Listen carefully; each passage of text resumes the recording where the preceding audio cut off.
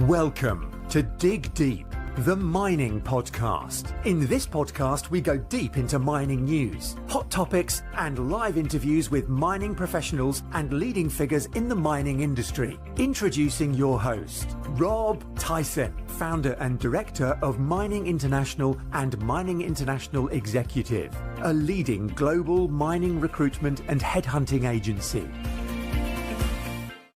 Hi, mining community. Welcome back to another episode of the Dig Deep, the mining podcast. And today's guest is Mark Austin, who's the COO and senior geologist of Alba Minerals Resources, who are a minerals exploration company with a portfolio of projects in the UK and Greenland. Their focus is on unearthing hidden value from previous drilled or mined projects in gold, graphite, and ilmenite. Mark's going to discuss Alba Minerals Resources and in particular the history behind the Clogau Gold Mine, the challenges of bringing an old mine, UK mine, into production and the emergence of the UK mining industry. Before we start this podcast, I want to give a shout out to our sponsors, Hawcroft, who are leaders in the property risk management in the mining industry since 1992. They offer insurance risk surveys, construction risk reviews, and asset critical assessments and more. Working across 600 sites globally, Hawcroft supports mining, processing, smelting, power, refining, ports, and rail operations. So if you're looking for property or insurance risk management services, then visit their website at www.hawcroft.com. All those details are in the show notes that accompany this podcast. So, Mark, welcome to the podcast. How you doing? Rob, thank you very much. I'm doing very well, thank you. And thank you for the opportunity to share our rather special little project. Yeah.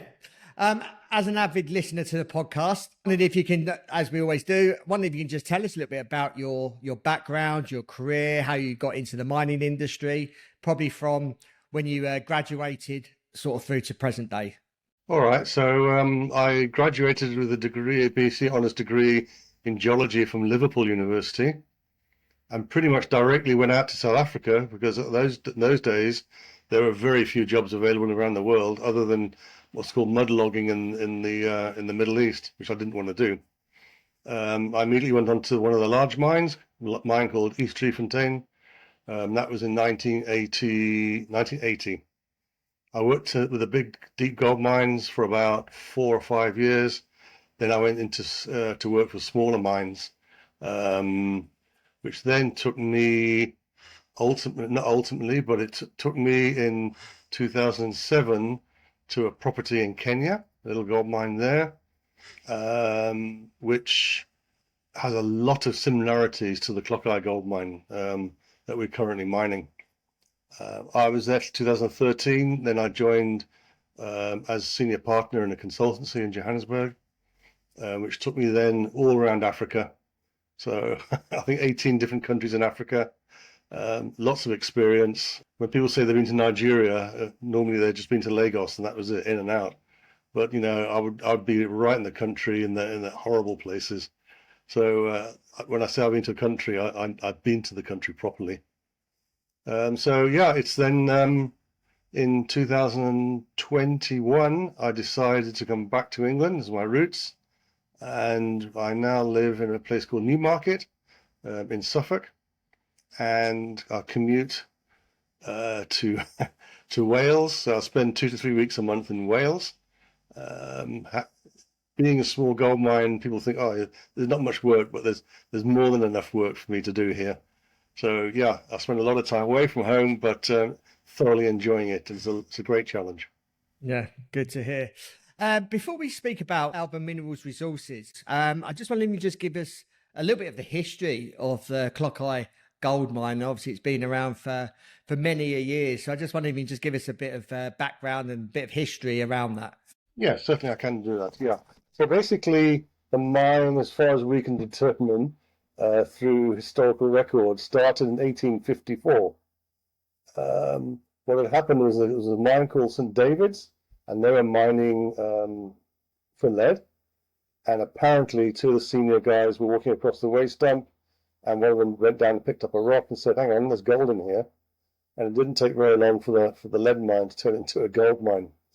And from there, then they sort of migrated further to the west, and then it became Clogau St David's Gold Mine. So from 1854, in the first 10 years, they produced about 14,000 ounces of gold. In 1874, there are a lot of drainage problems. As you can imagine, in those old days, pumps were not very effective.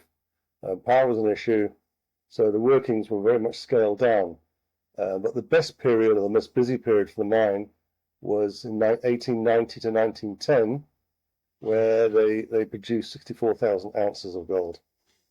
In total, the mine has produced 2,500 kilograms, 88,000 ounces of gold. Basically, then from 1919, after the First World War, everything became small scale. Initially, with an emphasis on abstracting specimen stones. Obviously, got stones from underground, share it with gold mineralization, all sorts, small scale working. And then in 1982, a company called Carnarvon Mining moved into the Leckfrace section of the mine and started to do some work in there. Those are the best records we have is from Carnarvon Mining. Just to note that in 1923, the Queen Mother married the Duke of York, and for their wedding rings they used graphite gold. And I'll probably address this later on in the podcast. This is one of the reasons why Clogau gold is so sought after. Okay, that's a bit of an interesting background, and obviously the mine's over 150 years old.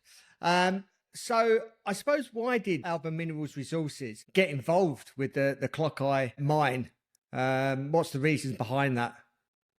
Well, I think Alba saw the opportunity of, and there's always is an opportunity with small workings and gold mines that, or any mine that's supposedly worked out, there's always ore left behind, whether it's in pillars or the old timers have missed the extension of a pay chute or something like that, or they didn't have the technology to get further, deeper down. So I think Alba saw the opportunity here of looking at what has been left behind from Clogau. So that was in 2019, work started. And that work was initially safety works and making underground legally compliant. For instance, when you have an entrance into a mine, you need a second egress in case there's something happens where that initial entrance is blocked. You've got to get the workers out. So that had to be done. There was a lot of old shafts that needed to be covered, walkways put over them, a lot of dangerous hanging wall, things like that had to be fixed up as well. So that was a lot of work and a lot of expense that Alba went to in the beginning. Wonder if you can just outline the various work programs that you've obviously completed at Clogau during Alba Minerals Resources ownership. Yeah. Okay. So initially, as I said before, just now, initially everything was on safety works, making it safe to go underground and for the guys to work there. The old mine was not under care and maintenance before that, so it had been left to, I guess, rot is probably the best term. So I mean, wooden support that rots and collapses, and you get rock falls as a consequence. Shafts were open. There were flooded areas. The second egress had to be done as well. So that took a year and a half, nearly 2 years, to get done really properly. We had visits from the Chief Inspector of Mines, and he gave a lot of input to us as well of improving what we've done and what we need to do to become legally compliant. In 2021, we started our first surface drilling program. It's 10 holes at 1,145 meters in total drill length. I think the longest hole was 185 meters.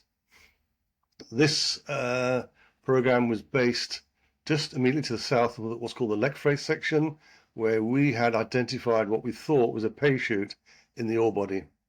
And we believe we've extended that pay chute, we've identified it and extended it to 122 meters below the current workings.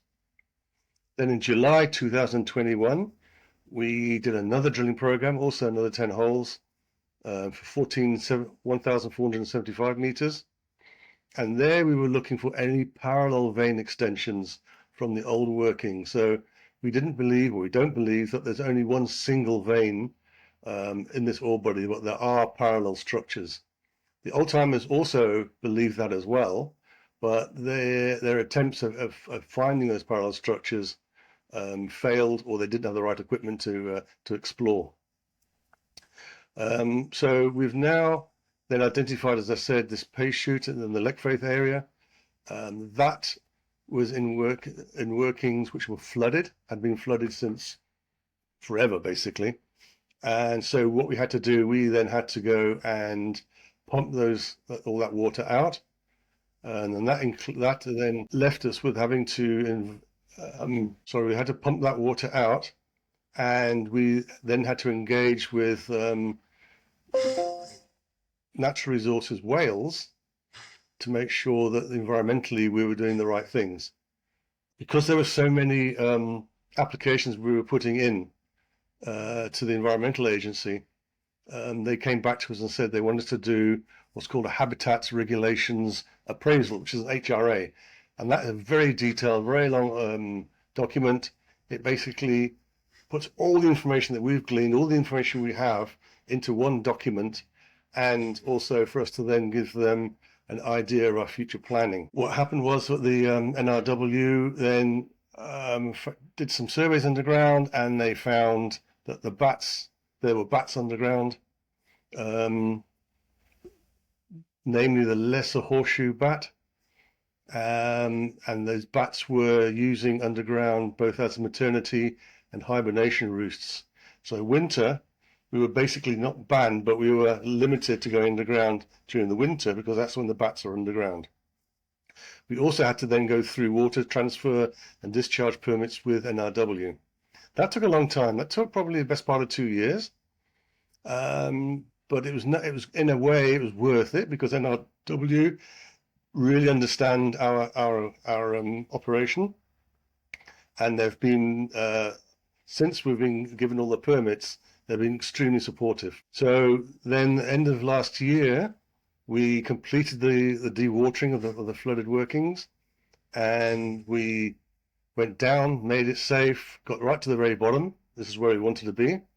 And we found quite a lot of dirt down there, quite a lot of old blasted material, mud, obviously, because it's like settled down through the water column over the years. So all that had to be opened up. And we have now started development on what's called 5 level, which is the bottom level.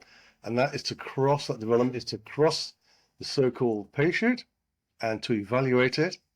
And if we get anywhere with that, we find some positive results, then we will start looking at going down another shaft or something like that, down to get down to 122 meters, where we believe the pay chute currently extends to. We've also put in a pilot plant. So any sampling, any bulk sampling that we do, we put through that pilot plant to extract and to see what the gold content is in that bulk sampling. It's the best way of us evaluating or evaluating the gold content in the ore body. So what that pilot plant does, it provides us with a concentrate, and we send that concentrate off to a refining company, and then they refine the concentrate and extract all the gold from that. And that is basically the best way for us to understand what the gold content is, and then back calculate to the head grade of the mine. Yeah. Well, moving on from that, I suppose the next question that our audience would be interested in is, I wonder if you can just describe the ore body. Yeah. I've talked about it already, but really not describing it very well. But basically, the ore body that has been mined, and we are looking at the moment, is a quartz vein, or it's a shear zone which contains quartz veining. There's several episodes of the quartz veining, and there was at least 1 or 2 episodes of fluids going through there which were gold bearing. That quartz vein extends northeast to southwest for several kilometers, dips at about 70 degrees towards the south, and it can range from a few centimeters thick to 3 or 4 meters thick. As I said as well, a second drilling campaign was highlighting and trying to find out if there were any parallel vein structures, which we found. But unfortunately, with a drilling campaign, it's very difficult, if not impossible, to intersect gold within the veins, because what's happening is the veins are very, very nuggety. The gold mineralization is very nuggety. So the gold is not disseminated evenly throughout the vein. It's little pods of gold. And this is what's happened since 1854. Those guys would find a pod of gold. Everybody would be running around having a party. They would have lots of money, and then 6 months later, they'd run out of money and sell the mine, and somebody else would come in, also find another pod eventually, and so it went on. And that's been the history of Clogau Gold Mine, is finding these pods of gold. And when you do find them, they're incredibly rich. You're looking at percentages of gold in the rock face. And this question's probably been asked obviously a few times before, but why is it that Clogau Gold can fetch a significant premium above the normal spot price of gold? Isn't it just like any other gold? Well, it's not. Gold is gold wherever you go. Some people do say, oh, the Clogau gold's got a different color, and that's probably some sort of contamination within the gold itself when it was being smelted. But in the 1920s, the mine donated a bar of gold to the royal family. And I mentioned earlier on, the Queen Mother in 1923 married the Duke of York with rings made from Clogau gold. And that tradition of wedding rings and bands being made from Clogau gold is now carried on to present times. Prince William and Kate, they have Clogau gold rings. So I think there's that royal connection has a significant impact on the premium. And the fact that Clogau is the only feasible gold mine in the UK. There used to be a gold mine up in Scotland called Scott Gold. They're now in administration. So that's left Clogau by itself. So, there's a degree of investment, people wanting to, exclusivity, as it were. Yeah. Yeah. I suppose as a business, what challenges have you faced in obviously working in an old gold mine in the UK? And I suppose, how have you overcome some of these obviously difficult challenges of a mine that is obviously over 150 years old? Right in the early, as I mentioned earlier on, safety was a big factor, was a big challenge. As you can imagine, a mine 150 years old will have degraded over time, just a natural action. So, as I said, when wood rots, when support rots, and you get falls of rock and things like that. So that was quite a challenge, and to make all that legally compliant as well. The environmental was a challenge very early on. Natural Resources Wales quite rightly were very concerned about the bats, and what we have done to protect the bats is to isolate our working area, and to do that we put in special gates which keep the bats out. We also do very regular bat surveys to make sure nothing has escaped or got into the working area. But those gates do not have an opening more than 10 millimeters anywhere, and that's unless a horseshoe bat can get through an opening at 10 millimeters. So you can imagine those gates are quite specialized and very bespoke. So that had to be done as well. We then had to rehabilitate the old shafts, put proper winches in there, proper gates, safety features, what we call onsetter bells as well. All that sort of stuff had to be done. So they were then perfectly safe. And then, as I said before, then the flooding had to be sorted out, and we had to dewater the mine. And the water that goes out is way within the standards set by NRW. Obviously, bringing Clogau Gold back into commercial operation, do you have? I take it you have the local support of the local community in North Wales. Very much so, Rob. I would say there's hardly a family in this area which doesn't have somebody in their history who has not worked on the gold mine itself. I've come across a lot of them, and I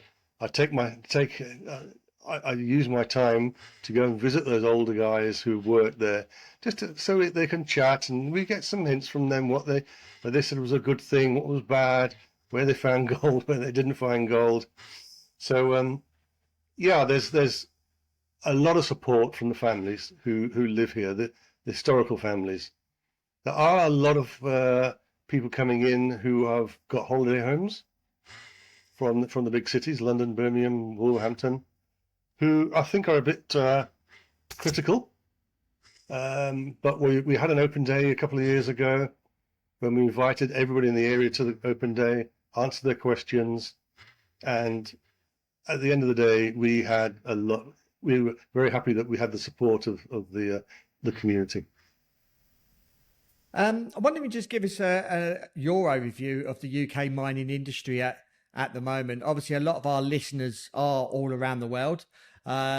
Some may not be necessarily familiar with the UK mining industry. It's tend to not spoken about too much. And I think there has been a little bit of a resurgence over the last probably 5-10 years. I just wonder what your take on what's happening in the UK mining industry. Well, I think with the decline in the coal mining industry, a lot of the expertise in the mining industry went away, or they found other jobs, things like that. That's a big problem for us, is finding the right skills. But what has happened mainly in Cornwall is the lithium side of things. Very good, and that's taking off. It looks very, very positive. Scotland has said Scott Gold, they found there's a gold deposit up there. I'm sure somebody will move into Scott Gold sooner than later and revive that mine. You then got the big mining up in northeast of England as well. Is it Woodsmith, isn't it? Yeah, Woodsmith. Yeah. So yeah, I know that there's some exploration projects going on in Wales, because the rocks in Wales are old enough to be prospectable for gold. And there's quite a bit going on down in the south of Wales as well. We're looking as well. We've got a large license.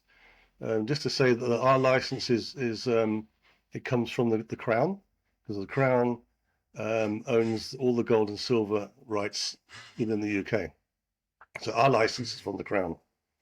We've got a very large license, over 100 square kilometres. And once we get ourselves established at Clogau underground, then we start looking a bit more on surface and seeing else what we can find. Yeah. And lastly, what's the outlook for Alba Minerals over sort of the next 6 to 12 months? 6 to 12 months it's getting Clogau sorted out, getting it into a commercial operation. It's still transitioning between exploration and production. So that's the next big step. Understanding the ore body as well is another big step. So instead of just blasting tunnels all over the place, we can start to say, there's the place we need to aim for. There's probably a good likelihood of having gold mineralization there. So that is it. And then we're going to look at the plant. It's a pilot plant. It needs to be upgraded to sustain a commercial operation. So that's really where Alba and Clogau Gold Mine is heading in the next 6 to 12 months. Yeah. Mark, really appreciate your time. Thank you for sharing your story and telling us the history of the Clogau Gold Mine. It seems it's got so much, I was going to say, depth of history, and obviously that royal connection as well, which I think is important and does add that kind of premium to an asset. And obviously you tell us a little bit about the UK mining industry. Yeah. So really appreciate your time. All the best for 2025. Perhaps you want to come on the podcast later this year or even next year. Give us an update and the progress that you made during the course of the last 6 to 12 months. So appreciate your time. Okay, thank you for listening. I hope you enjoyed that episode. We don't have too many companies that have mines in the UK. So really appreciate your continued support. Please keep sharing this episode far and wide. And obviously, as I always say, don't just share the episode with people within our mining industry. Share it to people outside of the mining industry. And anyone that's listening, obviously in the UK, or even has UK parents, and the older generation, they may want to listen to this episode as well, because there could be some sort of connection with them and this mine, and with the royal connection there as well. So thank you for listening. Hope you enjoyed the episode, and until next time, happy mining. Thank you for listening. Remember to reach out to Rob via the show notes, and be sure to subscribe and leave a review. Until next time, happy mining, helping each other to improve the mining industry.